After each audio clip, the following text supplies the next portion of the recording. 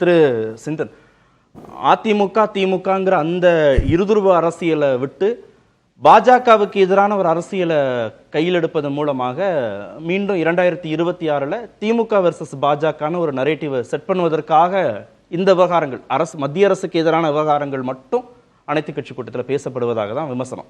திரு சுப்பிரமணியன் அதுதான், திரு மணிகண்டனும் அதுதான். இல்லை, பாஜகவுக்கு எதிராக ஜெயிக்கிறதுக்கு அண்ணாமலையே போதும்.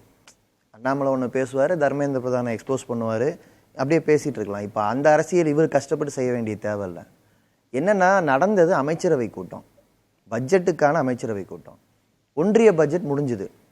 நீங்கள் எல்லாம் ஒன்றிய பட்ஜெட் முடிஞ்ச உடனே இந்த இப்போ அதிமுகவாக இருக்கலாம், பாஜகவாக இருக்கலாம், அதிலிருந்து டைவெர்ட் பண்ணுறதுக்காக ஆளாளுக்கு ஒன்று பேசிக்கிட்டே இருந்தாங்க. நம்ம என்ன கேட்டோம்?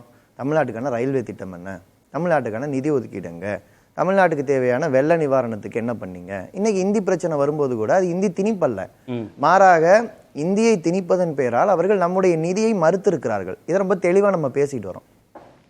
இன்றைக்கு அமைச்சரவை கூட்டத்தை ஒட்டி முதல்வர் பேசுனது சரியானதுன்னு நான் நினைக்கிறேன். ஏன்னா, ஒன்றிய ஆட்சி தன்னோட பட்ஜெட்டில் 2025 சென்சஸ்க்கு நிதி ஒதுக்குனாங்களா?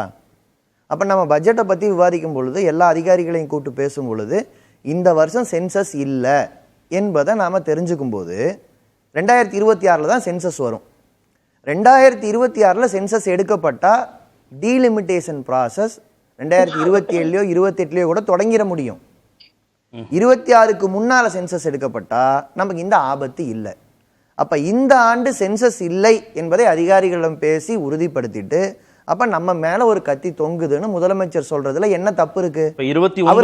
யார் இதை சொல்ல முடியும்? 29 நாடாளுமன்ற தேர்தல்னு வரும்போது தமிழ்நாட்டுக்கான எண்ணிக்கையில மாற்றம் வரும்ன்றதான் அச்சம். அதை நோக்கி தான் வருது. அச்சமே இல்லை, அதை நோக்கி திட்டமிட்டு கொண்டு செல்கிறார்கள். புதிய நாடாளுமன்றம் கட்டும்போது நீங்களும் நானும் அதை சொன்னோமா? கிடையாது. ஆனா அவங்க கட்டும்போதே அதுக்கு எத்தனை சீட்டு வேணும் எல்லாத்தையும் அரேஞ்ச் பண்றாங்க. நீங்க 2000 இப்போ கொரோனா காலத்தை ஒட்டி தானங்க சென்சஸ் தள்ளி வைக்கிறோம். இப்போ என்ன கொரோனாவா? போன வருஷம் கொரோனாவா?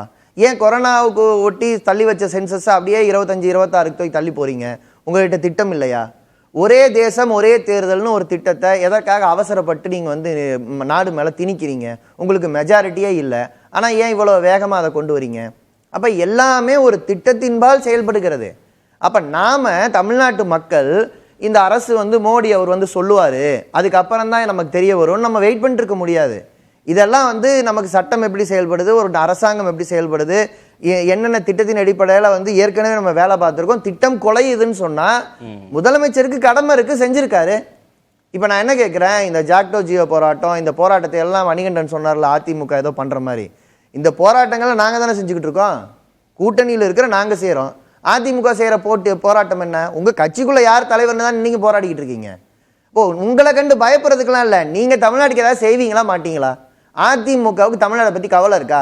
அண்ணாமலை கவலை இல்லைன்னு காட்டி அதிமுகவை ஐசோலேட் பண்ணணும்ன்றதுதான் திமுகவுடைய நோக்கம். அதனால நீங்க மக்கள் பக்கம் நின்னீங்கன்னா ஐசோலேட் பண்ண முடியுமா? மக்கள் பக்கம் நின்னா ஐசோலேட் பண்ண முடியுமா? இது என்ன தமிழ்நாட்டோட பிரச்சனை, தனிப்பட்ட பிரச்சனையா? நாளைக்கு யாரு வேணா எம்பியா வரலாம். தமிழ்நாட்டுக்கு 31 எம்பி தான் சொன்னாலும் பிரச்சனை தான். 49 எம்பின்னு சொல்லிட்டு மெஜாரிட்டி கங்கையின் ஆற்றை சுத்தி இருக்கிற ஒரு 5 மாநிலங்கள் சேர்ந்தே அடைஞ்சுக்க முடியினாலும் பிரச்சனை தான். ஒரு ஃபெடரல் ஸ்ட்ரக்சரை பாதுகாக்க வேண்டாமா? கூட்டாட்சின்னு சொன்னா மாநிலங்களுக்கு அதிக அதிகாரம் வேணும். நம்முடைய நிதி அதிகாரம் பறிக்கப்பட்டிருக்கு, நமக்கு இருக்கக்கூடிய மொழி உரிமை பறிக்கப்படுது. ஒரு மாநிலத்துக்கு அரசியல் அதிகாரம் இருக்கணும்ல, அதையும் பறிச்சா என்ன அர்த்தம்? அப்ப அதை நோக்கி போகும் பொழுது தமிழ்நாடு தான் ஒரு கூட்டாட்சி இந்தியாவை நோக்கி பேச முடியும். அதை இங்க இருக்கிற கட்சிகள் எல்லாரும் பேசணும்னு ஆளுங்கட்சி கூப்பிட்டுச்சுன்னா நல்லது. ஏன்னா இது கூட்டணி அரசியலை தாண்டியது என்கிற செய்தி அதுக்குள்ள இருக்கு. இதை நீங்க மீண்டும் கூட்டணி அரசியல் ஆக்குனீங்கன்னா அது ஆமா 2026 எலெக்ஷன்ல ரிஃப்ளெக்ட் ஆகும். என்ன பிரச்சனை? பதில மக்கள்கிட்ட தானே கடைசியா போய் நிக்கணும். நீங்க முதுகுல குத்திட்டு போங்க, மும்மொழி கொள்கையில சொல்லுங்க, அப்புறம் இந்த மாநில உரிமையால சொல்லுங்க, அப்புறம் போய் நான் மாநில உரிமைக்கான கட்சி, என் கட்சி பேர்ல அண்ணா இருக்குன்னு சொல்லுங்க. பிரச்சனை அது இல்ல, இஷ்யூ தான் நீங்க யாருன்னு தீர்மானிக்குது. சம்பந்தப்பட்ட பிரச்சனை உங்க நிலைப்பாடு ஒன்னும் மாற்று நிலைப்பாடுல இல்லையே, திமுக நிலைப்பாடுல தான். அது பாப்போம், நம்ம என்ன பேசுறாங்கன்னு பாப்போம். ஏன்னா இன்னைக்கு அது நல்லதுதான், அது ஒரு டெஸ்ட். இது நான் வாங்கன்னு தான் அழைக்கிறேன். என்னை பொறுத்த வரைக்கும் நாங்க திமுக விமர்சிக்க தயாரா இருக்கோம், நாங்க விமர்சிச்சுட்டு தான் இருக்கோம். ஆனால் இந்த மாதிரி பிரச்சனையில நாம தமிழ்நாடு அரசாங்கத்தோடும் முதல்வரோடு நிக்க வேண்டிய கட்டாயம் இருக்கிறது என்பதை மறந்துடாதீங்க.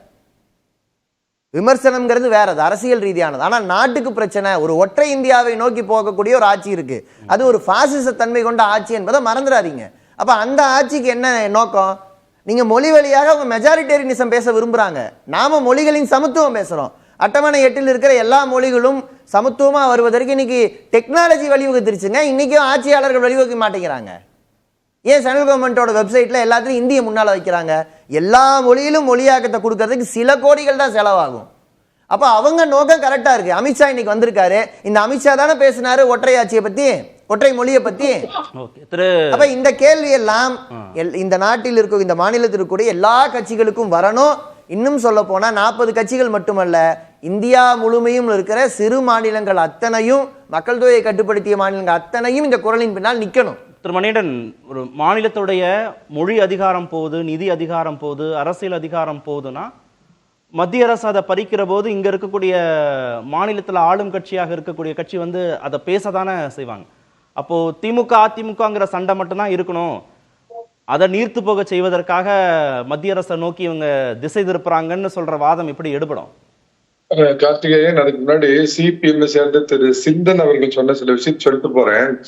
சாம்சங் போராட்டம் முடிவு பெற்றதுன்னு முதலமைச்சருக்கு போய் 2 மாதத்துக்கு முன்னாடி பாராட்டு பத்திரம் வாசிதான் எனக்கு நினைவு.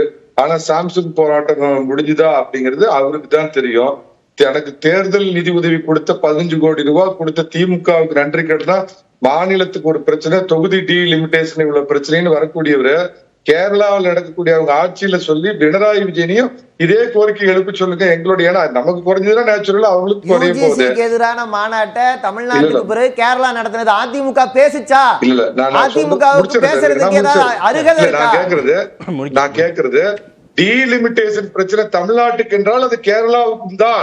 ஏன் கேரளா பேசாது? நீங்க பாத்துக்கிட்டே இருங்க. அதிமுக தான் பேசாது, அதிமுக தான் வாய்மூடி மௌனியா இருக்க போகுது. நீங்க எக்ஸ்போஸ் ஆக போறீங்க. நான் 1 to 1ல உங்களுக்கு எனக்கு அடுத்தது என்ன கேட்டீங்கன்னா சார், நான் எதுக்காக சொல்றேன்னா 2019லயும் அதிமுக பாஜக கூட்டணி யார் இந்த நாட்டின் பிரதமர் அப்படின்னு நின்னப்ப பாத்தீங்க அப்படின்னா பல லட்சக்கணக்கான ஓட்டுல வந்து தமிழக மக்கள் மோடியை வேண்டாம் முடிவு பண்ணி அதிமுக கூட்டணியை நிராகரிச்சாங்க.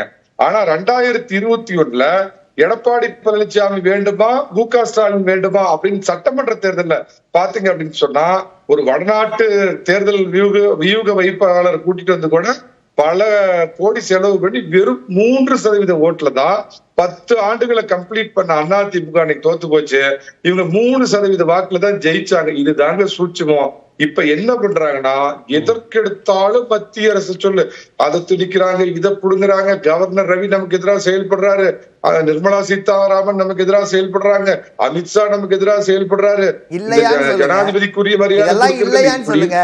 சார் இருங்க சார், நான் பேசி முடிச்சிடுறேன் சார். நான் கார்த்திகேயன் உண்மையாலுமே உள்ளபடியே நானும் இந்த தமிழகத்தை சேர்ந்தவன் தான். எனக்கு இயல்பாவே ஒரு சந்தேகம் இருக்குது. ஜிஎஸ்டி வேண்டாம், இடபிள்யூஎஸ் தமிழ்நாட்டுக்கு வேண்டாம், நீட் தேர்வு வேண்டாம், புதிய வேளாண் சட்டம் வேண்டாம், புதிய மோட்டார் வாகன சட்டம் வேண்டாம், புதிய கல்விக் கொள்கை வேண்டாம், ஒரே நாடு ஒரே தேர்தல் வேண்டாம், ஒரே நாடு ஒரே ரேஷன் கார்டு வேண்டாம். என்னதான் சார் இந்த தமிழ்நாட்டுக்கு பிரச்சனை? இந்த கேஜ்ரிவால் மரியாதை பாஜகவின் குரல் இல்லையா சார்? ஐயா வெஸ்ட் பெங்கால் இதே மாதிரி நீட்டை எதிர்த்து போராடுறாங்களா? இல்ல வெஸ்ட் பெங்கால் ஏதாவது பிரச்சனையா? இல்ல பினராயி விஜயன் மும்மொழி கொள்கைக்கு எதிராக ஏதாவது பேசுறாரா? இந்த கேஜ்ரிவால் ஒண்ணு, அதுக்கு அடுத்து நம்ம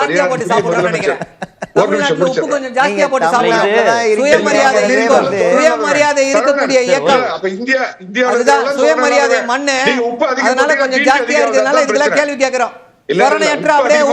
உப்பு அதிகம் சாப்பிட்டீங்கன்னா பிபி அதிகமா உப்பே என்ன தெரியும்ல, அப்படியே இருக்க வேண்டியதான். பிபி அதிகமா போச்சு.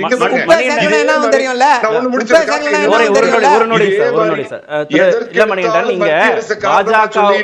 நீங்க சொல்றது பாஜக ஆளக்கூடிய மாநிலங்கள்ல அவங்களுடைய கொள்கைகள் எடுபடுது, அதுல ஒன்றும் மாற்று கருத்து இல்லை. அந்த கொள்கையை ஏற்றுக்கொள்ளக்கூடிய வாக்காளர்கள் வாக்களித்து பாஜகவை ஆட்சி பொறுப்பு கொண்டு வராங்க. தமிழ்நாட்டுடைய அரசியல் தன்மையில மும்மொழி கொள்கையில பாஜக மட்டும்தான் தனிச்சு நிக்குது.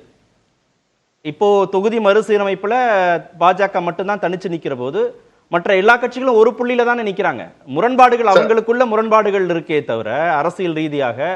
ஆனா மத்திய அரசுன்னு வருகிற போது நிதி கொடுக்கலன்னா அங்கேயும் ஒரு புள்ளியில இணைஞ்சுக்கிறாங்க, மொழி பிரச்சனையில இணைஞ்சுக்கிறாங்க, தொகுதி மறுசீரமைப்புல இணைஞ்சுக்கிறாங்க. இங்க இருக்கக்கூடிய அரசியல் தன்மை வேறால இருக்கு. நீங்க சொல்ற மாதிரி இங்க நடக்கலையே.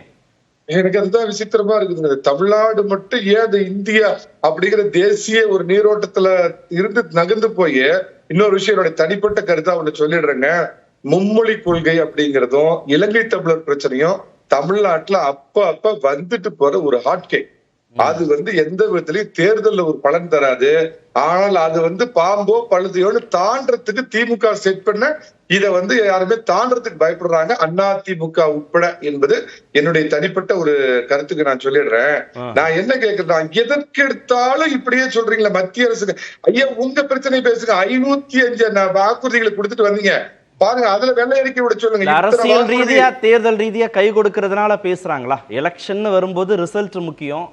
அவங்க மத்திய அரசுக்கு எதிராக பேசுற போதெல்லாம் 40 சட்டமன்ற நாடாளுமன்ற தொகுதிகள் அப்படின்னு வெற்றி பெறுகிறார்கள். கூட்டணின்னு வருகிற போதும் பாஜக கூட்டணியில் இல்லாத கட்சி ஆட்சி பொறுப்புக்கு வர்றாங்க. அதனால அவங்க பாஜக எதிர்ப்புங்கிறதே தீவிரப்படுத்தினா இங்க லாபம்னு நினைக்கிறாங்களோ? அது ஒரு விதத்துல உங்களுக்கு 2 பாராளுமன்ற தேர்தலில் கை கொடுத்தது வாஸ்தவம். ஆனா கடந்த சட்டமன்ற தேர்தலே பார்டர்ல பாஸ் பண்ணாங்க 3%. அதை திரும்ப அவங்க முயற்சி பண்ணி பாக்குறாங்க. மக்களுடைய அத்தியாவசிய பிரச்சனை, கேஸ் விலையை குறைக்கிற நீங்க பெட்ரோல் விலையை மட்டும் குறைச்சிக்க, டீசல் விலையை குறைக்கல, மாசம் கரண்ட் பில்ல எடுக்கிறோம்னு சொன்னீங்க. எத்தனை சட்ட ஒழுங்கு பிரச்சனை, எத்தனை கற்பழிப்பு, போதை கடத்தலுடைய இந்தியாவுடைய தலைநகரமா தமிழ்நாடு மாறி போச்சு. ஓஏபி நிறுத்திட்டீங்க, அம்மா உணவகத்தை மூடிட்டீங்க, அம்மா கிளினிக்க மூடிட்டீங்க, மேல் பாக்கெட்ல இருந்து 100 ரூபாய் எடுத்து 250 ரூபாய் பிரிச்சு கீழ் பாக்கெட்ல கொடுத்து பாரு புது திட்டம் மக்கள்கிட்ட சொல்லிட்டு இருக்கிறீங்க. இது அத்தனையும் மக்கள் பார்த்துட்டு இருக்கிறாங்க. அவங்க 26ல பாஜக எதிர்ப்புங்கிறது திமுகவுக்கு கை கொடுக்குமா, கை கொடுக்காதா? ரவீந்திரன் துரைசாமி அடிக்கடி சொல்ற மாதிரி ஆப்பிள் வேறு ஆரஞ்சு வேறு. ஆரஞ்சுக்கு முடிஞ்சு போச்சு. பாராளுமன்றத்துல தமிழக மக்கள் மோடியை வேணான்னு சொல்லிட்டாங்க, இந்திய மக்கள் மோடியை வேணும்னு ஏத்திருக்காங்க.